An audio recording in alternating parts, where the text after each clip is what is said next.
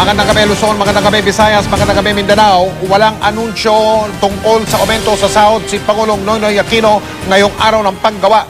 Bagay na ipinotesta at ireklamo ng mga grupong manggagawa. Sa halip, ibinidya niya anyay na babawasan na bilang ng mga Pilipinong naghihirap. Nagpahaging pa ang Pangulo kaugnay sa pagboto sa susunod na eleksyon para magpatuloy raw ang mga nailatag na reforma ng kanyang administrasyon. Nakatutok si Teresa Andrada.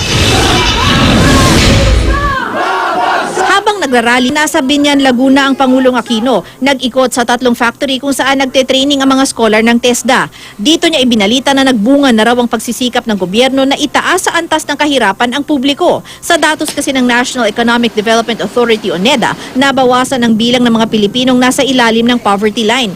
3 percentage points ang ibinaba nito noong unang 6 na buwan ng 2013 kumpara sa kaparehong panahon noong 2012. Baka mayroon nga pong nagtatanong, hindi ba't napakaliit ng 3 percentage points yan?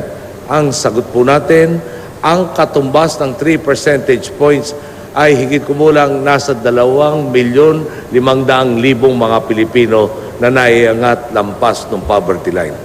Ibig sabihin, halos 2,2 milyong Juan o Juana de la Cruz ang nasa lampas na ng poverty line. At tila may pahaging na ang Pangulo sa darating na 2016 presidential elections. Kung ayaw ninyong mabaliwala ang maganda nating nasimulan sa tuwid na daan, piliin natin ang mga susunod na pinunong magpapatuloy at higit pang magpapayabong sa ating mga naipunlang reforma. Piliin natin ang karapat-dapat upang maging permanente ang malawakang transformasyong tinatamasa na ng ating lipunan. Si Pangulong Aquino ang chairman ng Liberal Party pero di pa niya sinasabi kung sino ang kanyang i-endorso. Teresa Andrada, Nakatutok, 24 Oras.